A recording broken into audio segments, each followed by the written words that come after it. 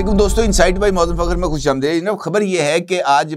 सूबा खैबर पख्तूनख्वा के दारुल हुकूमत पेशावर में दहशतगर्दी का एक अफसोसनाक वाक़या पेश आया। 3 खुदकुश हमलावरों की तरफ से FC के हेडक्वार्टर में दाखिल होने और तबाही फैलाने की कोशिश की गई, जिसको मौके पर ही पाकिस्तान की सिक्योरिटी फोर्सेस की तरफ से नाकाम बना दिया, जिसके नतीजे में तीनों हमलावर दहशतगर्द मौके पर ही मारे गए। अलबत्ता दहशतगर्दों और FC के एहलकारों के दरमियान फायरिंग के तबादले के नतीजे में FC के 3 एहलकार शहीद जबकि 6 एहलकारों के जख्मी होने की इतलात हैं। यह वाकया आज अलग सुबह 8 बजे के करीब पेश आया, जब एक खुदकुश हमलावर ने FC के जो पेशावर के अंदर कोहाट रोड पर वाकया हेडक्वार्टर है वहां पर दाखिले की कोशिश की और गेट के ऊपर आकर अपने आप को एक जोरदार धमाके से उड़ा दिया, जिसके नतीजे में एकदम वहां पर अफरा तफरी फैल गई और इस अफरा तफरी के से फायदा उठाते हुए दीगर 2 खुदकुश हमला आवर जो हैं वो FC हेडक्वार्टर की इमारत में दाखिल हुए, लेकिन वहां पर मौजूद जो दीगर सिक्योरिटी एहलकार जो अपनी मुख्तलिफ ड्यूटीज पर मौजूद थे, उन्होंने फौरी तौर पर कार्रवाई करते हुए इन दहशतगर्दों को निशाना बनाया और इस कार्रवाई के दौरान एक और खुदकुश हमला आवर ने अपने आप को जो है वो फायरिंग के तबादले के दरमियान ही उड़ा दिया और वहां पर भी बताया गया है कि एक FC एहलकार मौजूद था जो मौके पर ही शहीद हो गया, जबकि दीगर 2 एहलकार जो उसके करीब मौजूद थे वो बुरे तरीके से जख्मी हुए, जबकि तीसरे दहशतगर्द को सिक्योरिटी एहलकारों की तरफ से जो है वो उसको भी मार गिराया गया। अब सिचुएशन ये बन रही है कि खैबर पख्तूनख्वा के अंदर जब से अफगानिस्तान की तरफ से पाकिस्तान में दहशतगर्दी की स्पॉन्सरशिप में इजाफा हुआ है, दहशतगर्दी के वाकयात में भी उसी तेज रफ्तारी के साथ इजाफा हुआ है। अभी रिसेंटली अफगानिस्तान के एक आला सरकारी ओहदेदार की तरफ से पाकिस्तान में 4000 खुदकुश हमला आवरों को भिजवाने का ऐलान किया गया था और इसके साथ साथ पाकिस्तान में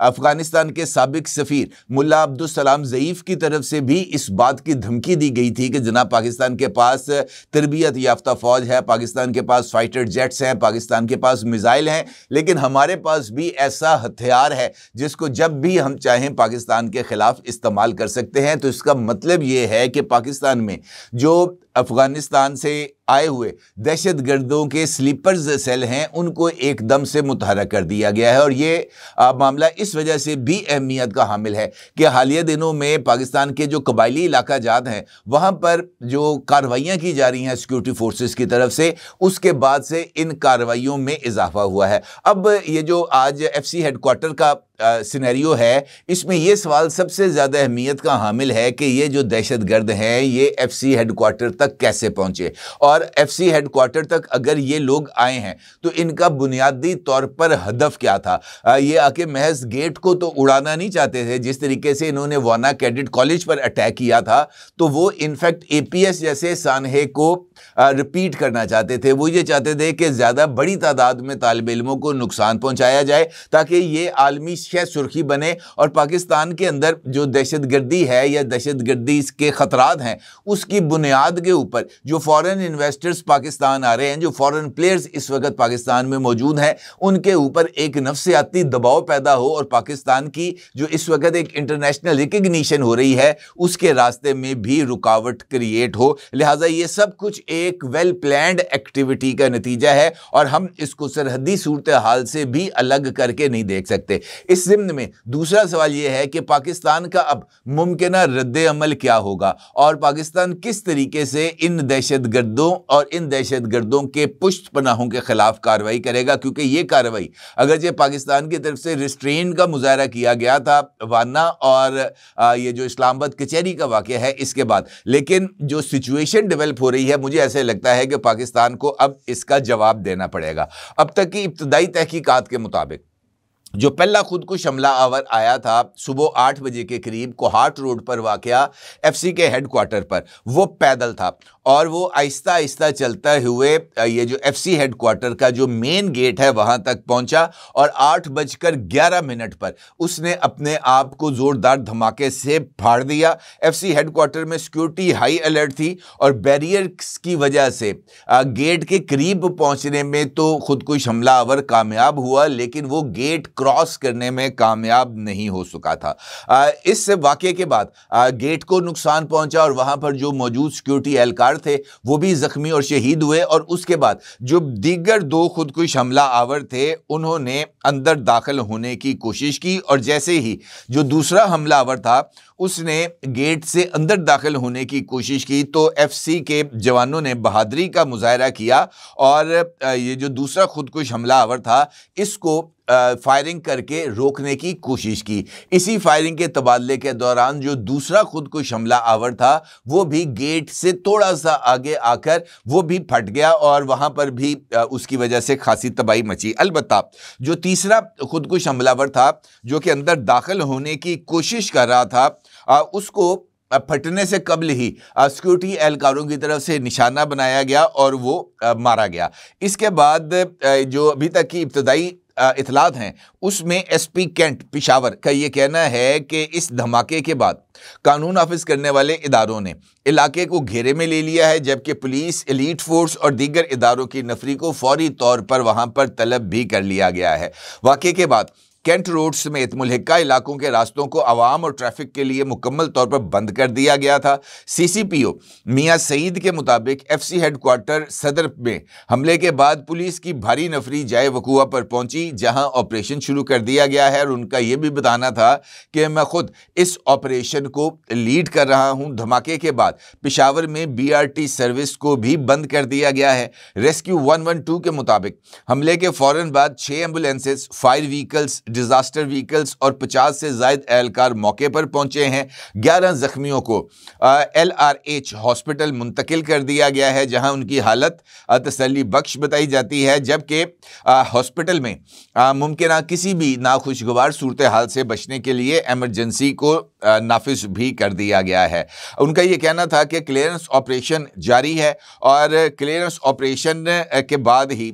ये जो इलाका है इसको आम आदमियों के लिए दोबारा क्लियर कर दिया जाएगा और मुमकिन तौर पर आज किसी भी वक्त तहकीकात और फोरेंसिक एविडेंसेस को इकट्ठा करने के बाद ये जो इशारा है इसको आम पब्लिक के लिए खोल दिया जाएगा। अब यहाँ पर जो दूसरा एस्पेक्ट है कि दहशतगर्दों का टारगेट क्या था, ये मेरे नज़दीक एक बहुत इंपॉर्टेंट एस्पेक्ट है इस सारे सूरत हाल का। एक जानिब जिस तरह मैंने आपसे गुजारिश की है कि पाकिस्तान ने जैसे जैसे फितनल ख्वारिज और फितनल हिंदुस्तान के ख़िलाफ़ जो कार्रवाइयाँ हैं उनको तेज़ की हैं। अभी रिसेंटली बलूचिस्तान में भी एक दहशतगर्दी का बड़ा मंसूबा सिक्योरिटी फोर्सेस की तरफ से नाकाम बना दिया गया था। आज ही जब ये वाक़या हुआ था पेशावर वाला तो उस वक़्त बन्नू में भी सिक्योरिटी फोर्सेस का एक ऑपरेशन जारी था जिसमें अब तक की इतलात के मुताबिक सिक्योरिटी फोर्सेस ने 25 के करीब जो दहशतगर्द हैं फितनल ख्वारिज से ताल्लुक़ रखने वाले उनको बन्नू में जो है वो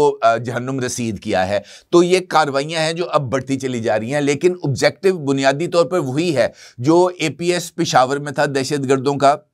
जो वाना कैडेट कॉलेज पर हमलों के लिए जो मकसद का तयन किया गया था उसी के जो है ना अमली जमा पहनाते हुए FC हेडक्वार्टर पेशावर में भी बड़ी तादाद में सिक्योरिटी एहलकारों को निशाना बनाने की साजिश को तैयार किया गया था। इस सारे वाक़े की टाइमिंग बहुत ज़्यादा अहमियत की हामिल है क्योंकि जिस तरह मैंने आपसे गुजारिश की है कि खुदकुश धमाका उस वक्त हुआ जब हेडक्वार्टर में ये जो सिक्योरिटी एहलकार हैं इनकी परेड जारी थी। सुबह के टाइम पे अमूमी तौर पर हेडक्वार्टर्स के अंदर जो वहाँ पर मौजूद जवान और अफसरान मौजूद होते हैं वो उसके खुले एरिया में आकर परेड करते हैं। ये जिस वक्त हमला किया गया उस वक्त ये जो कंपाउंड था FC हेडक्वार्टर का वहाँ पर परेड जारी थी और तकरीबन 450 के करीब FC एहलकार उस परेड के लिए ग्राउंड में मौजूद थे और जो FC कमांडेंट थे वो इस परेड की निगरानी कर रहे थे, यानी परेड को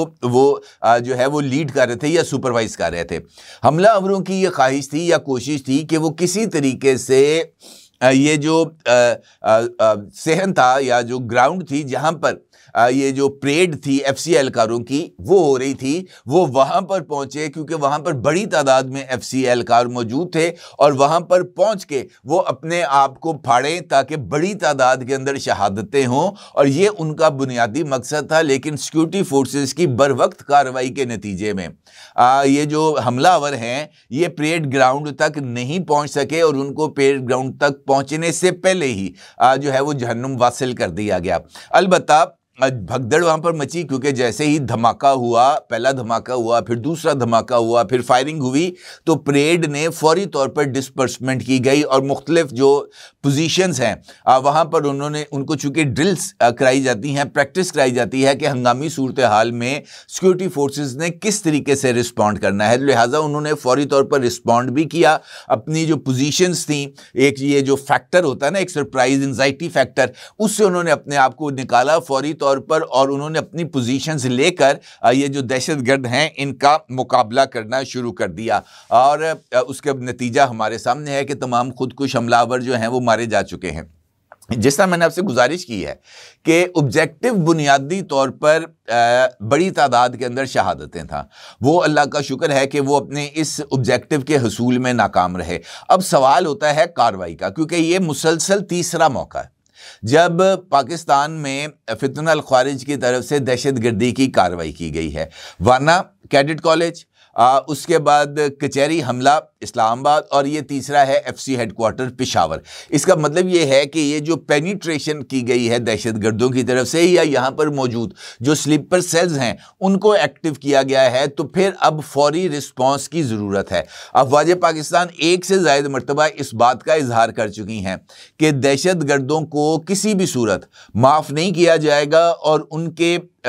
सरपरस्त या उनके ठिकाने जहां भी होंगे उनको निशाना बनाया जाएगा। तो ऐसी सूरत हाल में मुझे नहीं लगता कि अब इस मामले में किसी तरह की कोई ताखीर की गुंजाइश बाकी है। इस बात के भी इम्कानात पाए जाते हैं कि आज ही एक फुल स्केल ऑपरेशन लॉन्च किया जाएगा अगले चंद घंटों के अंदर, और इस फुल स्केल ऑपरेशन के दौरान दहशतगर्दी के मराकज़ को निशाना बनाया जाएगा, दहशतगर्दी के कल्ब को निशाना बनाया जाएगा। क्योंकि अब जो खित्ते के दीगर ममालिक हैं, चाहे वो चाइना है, ईरान है, तुर्कमानिस्तान है, ताजिकिस्तान है, रशिया है, यूरोपीय यूनियन है, डेनमार्क है, ये तमाम के तमाम ममालिक अब खुलकर इस बात का इजहार कर रहे हैं कि वाक़अतन अफ़गानिस्तान से जो टेरर एक्सपोर्ट है वो पाकिस्तान में की जा रही है, और अफ़गानिस्तान की वजह से रीजन के जो दीगर ममालिक हैं वो भी दहशतगर्दी का शिकार होने के उनके इम्कानात पाए जाते हैं। क्योंकि अफ़गानिस्तान अपनी ये जो टेरर एक्सपोर्ट है,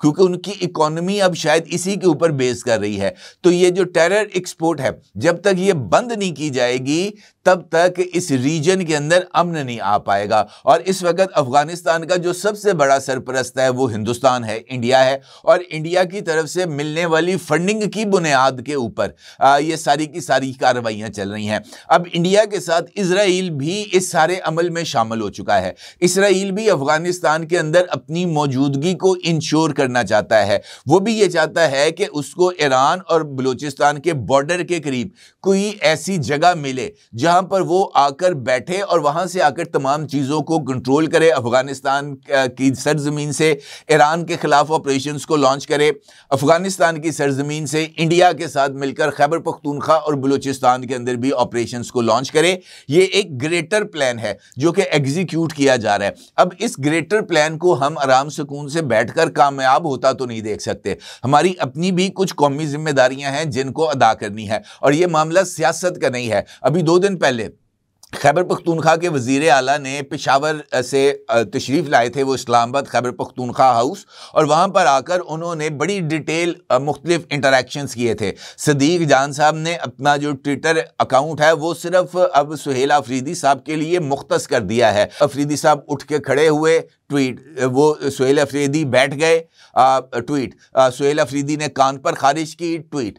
सुहेल अफरीदी ने जनाब ये जुमला बोला, ट्वीट। वो आजकल इसी काम पे लगे हुए हैं। वहाँ पर उन्होंने जो अमनो अमान है इसके ऊपर जो 2 दिन उनकी मुख्तलिफ जर्नलिस्टों से मुलाकात हुई है, अमनो अमान पे खैबर पख्तूनख्वा की हुकूमत कोई एजेंडे पर नहीं थी। सिर्फ एक नकाती एजेंडा था कि मेरी इमरान खान से मुलाकात नहीं हुई, मैंने अदालतों में रजू किया, मैंने मरीम नवाज को ख़त लिखा, मैंने शहबाज शरीफ से फ़ोन पे बात की, कोर्ट से ऑर्डर लिए, कोर्ट से ऑर्डर लेके गए, हमें मिलने नहीं दिया जा रहा, जब तक मिलने नहीं दिया जाएगा तब तक हम आगे नहीं बढ़ सकते। यही एक बुनियादी सवाल है। लेकिन हकीकी सूरत हाल ये है कि बतौर चीफ एग्जीक्यूटिव खैबर पख्तूनख्वा वो इमरान खान के गुलाम नहीं है, वो एक ओहदे पर, कॉन्स्टिट्यूशनल ओहदे पर मौजूद हैं और बेशक उनकी इमरान खान साहब से मुलाकात नहीं हो सकी, लेकिन इसके बावजूद जो उनकी आईनी जिम्मेदारियां हैं, ख़ास तौर पर खैबर पख्तूनख्वा के 4 करोड़ अवाम की जानो माल के तहफ़्फ़ुज़ के लिए उन्हें अपनी इस जिम्मेदारी से ओहदा बरा होना चाहिए।